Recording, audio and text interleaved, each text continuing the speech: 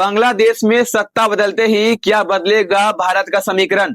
अगर बीएनपी जीतती है और तारिक रहमान बनते हैं सबसे ताकतवर नेता, तो क्या दोनों देशों के रिश्तों में आएगा तूफान।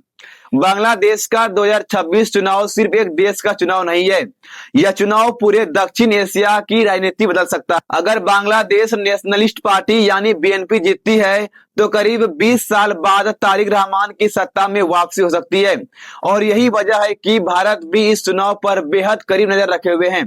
तो सवाल बड़ा है कि क्या बीएनपी की जीत से भारत बांग्लादेश रिश्ते मजबूत होंगे या फिर तनाव बढ़ेगा। आज की इस वीडियो में हम आपको आसान और पूरी कहानी समझाएंगे, तो वीडियो को अंत तक जरूर देखिएगा।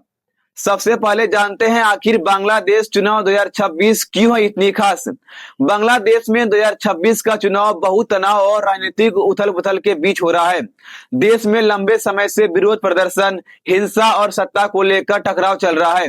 ऐसे माहौल में यह चुनाव तय करेगा कि देश की स्थिरता आएगी या फिर राजनीति और ज्यादा टकराव वाली हो जाएगी। अगर बीएनपी जीतती है तो तारिक रहमान, जो कई सालों से लंदन में रह रहे थे, अब सत्ता की सबसे बड़ी कुर्सी तक पहुंच सकते हैं। आइए जानते हैं आखिर कौन है तारिक रहमान। तारिक रहमान बांग्लादेश के पूर्व प्रधानमंत्री खालिदा जिया के बेटे हैं। वे लंबे समय से बीएनपी के प्रमुख चेहरे रहे हैं। करीब 20 साल विदेश में रहने के बाद अब वे खुद को एक मजबूत और तैयार नेता के रूप में पेश कर रहे हैं। उनकी कोशिश है कि अपनी पुरानी छवि बदले और देश को नया नेतृत्व दे। अगर बीएनपी जीतती है तो असली सत्ता की चाबी उन्हीं के हाथों में मानी जा रही है। अब आइए बात करते हैं बांग्लादेश में बीएनपी अगर जीतती है तो भारत पर क्या असर होगा। सबसे बड़ा सवाल यही है, बीएनपी की जीत से भारत बांग्लादेश रिश्ते कैसे बदलेंगे।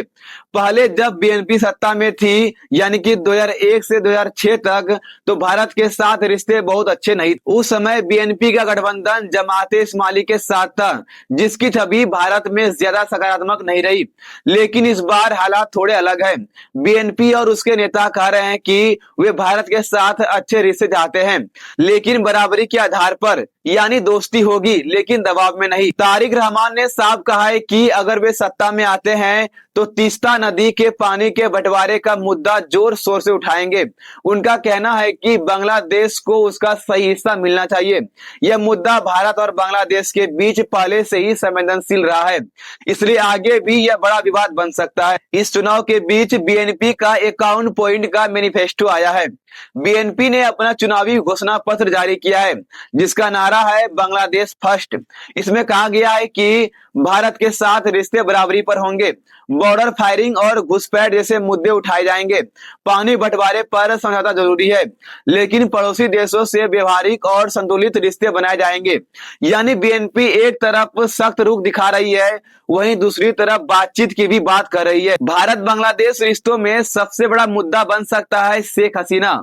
पूर्व प्रधानमंत्री शेख हसीना अभी भारत में है और बांग्लादेश में उनके खिलाफ केस चल रहा है।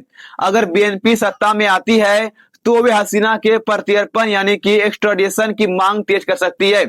यही वह मुद्दा है जिसमें दोनों देशों के रिश्तों में तनाव आ सकता है। वहीं अगर दोनों देशों के बीच जियोपॉलिटिकल का असर देखें तो दक्षिण एशिया के जानकार मानते हैं कि बीएनपी की जीत से एसएएआरसी जैसे मंच फिर से एक्टिव हो सकते हैं। भारत बांग्लादेश रिश्तों में नई बातचीत शुरू हो सकती है, लेकिन कुछ मुद्दों पर टकराव भी बढ़ सकता है, यानी दोस्ती और तनाव दोनों की संभावना है। अब बात करते हैं बांग्लादेश का चुनाव क्यों इतनी खास है। इस चुनाव को खास बनाती है एक बड़ी बात। बांग्लादेश की राजनीति के दो बड़े चेहरे खालिदा जिया और शेख हसीना दोनों ही एक्टिव राजनीति से बाहर है।